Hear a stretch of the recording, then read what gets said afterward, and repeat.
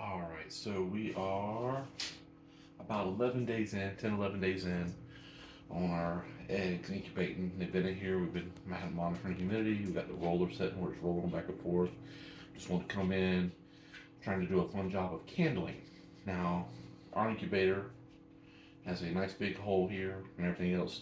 Makes it really fun to candle small quail eggs. So we are going to go through. I'm going to turn out the big light. I got one on here, and I'm going to show you what we can see, and you'll be watching it with us.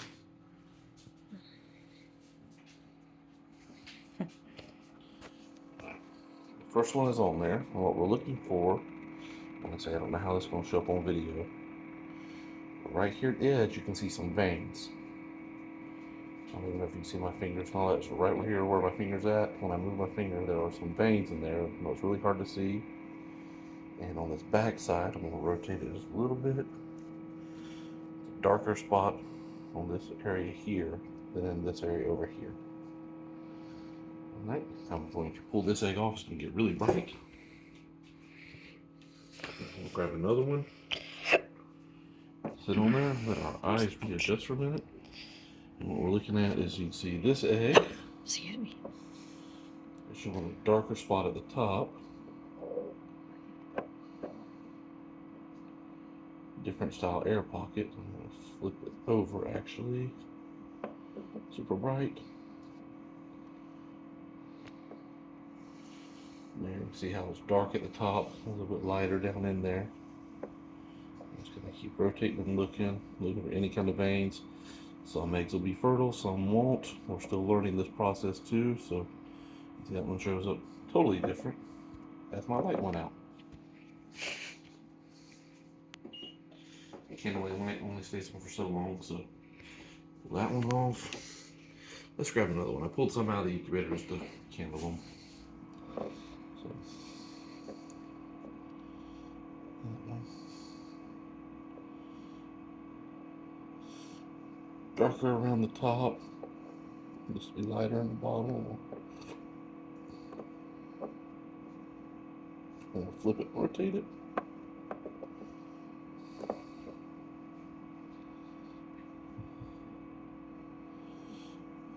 So you got darker areas in the one section, lighter in another. Watch your eyes. You can try to see just how the different eggs are looking. There you go. That one I would say is not a fertile egg. And you can see how bright that shines up. If I grab a chicken egg out of the refrigerator, that's what it will look like. It's just a little tiny spot there with basically a yolk. That's the only thing lighting up on that one. Not lighting up, you mean? The only thing not lighting up is just that little yolk area there. So that egg, I would be 99.9% telling you that is a non-fertile egg. We will put it back in the incubator because it's rather safe than sorry. Another? That looks like another one.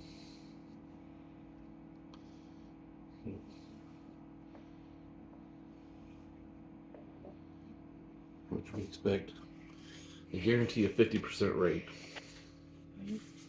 So you're gonna get so far only 2 out of like 9. That's pretty good numbers. Yeah, so that one's a lot darker. Got some darker areas up here at the peak. Rotate it real quick. There. A lot different color. Hard to see on camera. There's a very good vein right there at the top. Across the line. You can see it with your eyes. Hard to see with a phone. Let's do a couple more here just for fun. I got a few more on my plate here. I pulled a random selection off just to do this tonight to kind of give us an idea of where we're at. So fertile. And that one's showing dark at the top. Rotate it. There we go. And some of them have different shell colors, so they don't show up as good as others. There's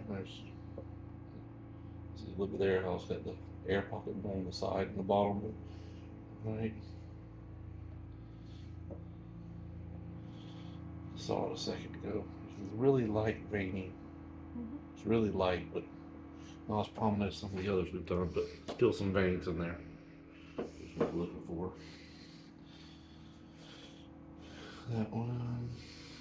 Hmm? Darker brown egg. I get a really dark spot at the top and side.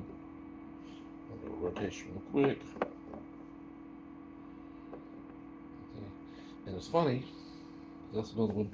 The ones that are this grayer color, the bluer eggs, blue spots, grayer, they actually are harder to kindle. They don't show up as good, the shells. So that's another really dark egg. I found out if that's open, we can barely see them too.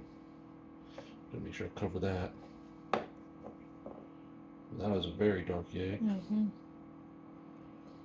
And I ordered these online. I'm wondering if some of them were further along than others, based off my orders. It kind of makes me a little nervous. There we go. That one is a non-fertile. So only 3 so far. So only 3 have been non-fertile. Out of that whole plate. So that one, nice dark spot there. Right where we want it. Looking good. Got the last 2 here on my plate. Then we'll get them back in here and give you all a count. There you go. That one's showing real nice. Hopefully the camera's picking up as good as it's showing to the naked eye. Mm-hmm.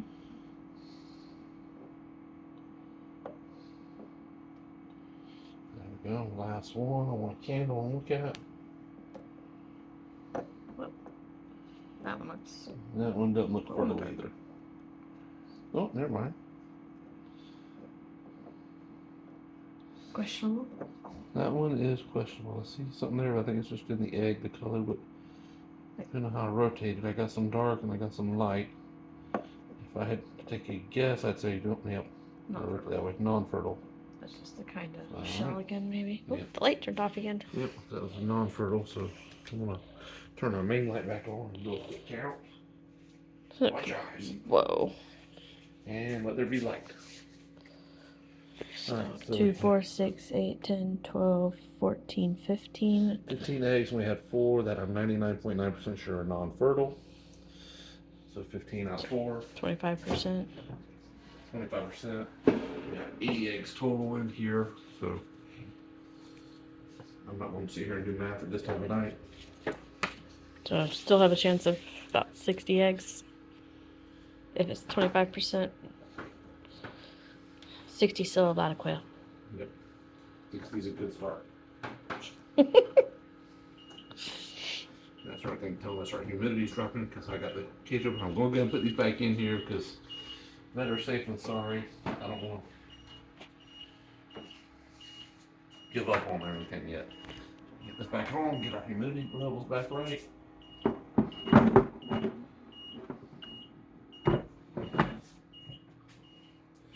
That'll come back up to temp, humidity really quick. It'll quit beeping and we'll let them sit and rest and keep watching them. The automatic rotator's on, so it'll keep rotating. You want to talk about our challenge of humidity? So the big thing right now we're battling is I got the 2 flaps at the top, vents, not flaps. And then we have the automatic water where we put the tube in and it'll do the water. This incubator, you can't program the humidity and it automatically feed. It's just sucks water in and out. You have to manually keep an eye on it. During some of the days, we're in Central Florida, we get hot, humid days. We've had a few times where these are little flaps you can open to add water. We've had a handful of days where we had to open these up to let out some of the humidity because the natural humidity in our air in our house, in our old house, there's enough humidity in here that keeping this at recommended humidity levels. Like right now we're back at 43. It was at 38 when I put the lid back on. So it's starting to climb back up 44. The alarm goes off at 45. So it'll go off here in a minute. I'll just manually turn it off. But We were hitting what numbers? we have had days where we had the 2 vents open, water tube not hooked up, and the humidity just coming in and sucking through. We was trying to jump up to 70% humidity on us, and we had to open vents up and vent it and get it out. It was wanting to jump up through the roof. If you go by online in the books, they're talking anywhere between 45, 55% is where we want to be. So we're trying to stay in that 45, 50% range. pretty regularly. Like I say, it's back to 47 right now. I will let it sit there for a few minutes. If it comes back up, then I can open one of these. And I don't sleep a lot. I'm up and down all night, so I randomly come in here and check it. It's coming back to 48. I'll actually go ahead and open that now because I know the way the weather's been lately, it's humid. It's going to climb back up. So I got both these vents open. Keep this one open here. It's going to hold around that 50% for us, 55, anywhere around 50, 55. We've been trying to manage it there. It's been doing good. The automatic rotator every 120 minutes. The wheel spins, and it rotates them this way, and it'll rotate back a little bit. We got 4 minutes left, and it's going to rotate this way. It'll rotate all the way to the edge and shift back just a little bit. And it'll rotate all the way to the other way, shifts back a little bit. So it gives them every 120 minutes, every 2 hours. That rotator's moving them a little bit, so it's keeping them slightly rotated, at least for a few more days. Then we'll go into lockdown. When we go into lockdown, we will bring that to you. And then as they start hatching, we'll get that set up. We're going to get our brooder set up in the next day or two and start getting ready for a week from now, hatching them out. So we're about a week from hopefully stuff hatching. Yeah. We'll bring you everything as we go, day by day. Probably a lot of little shorts while they're hatching. Constantly with the boys in here running around excited checking. So we will see y'all later.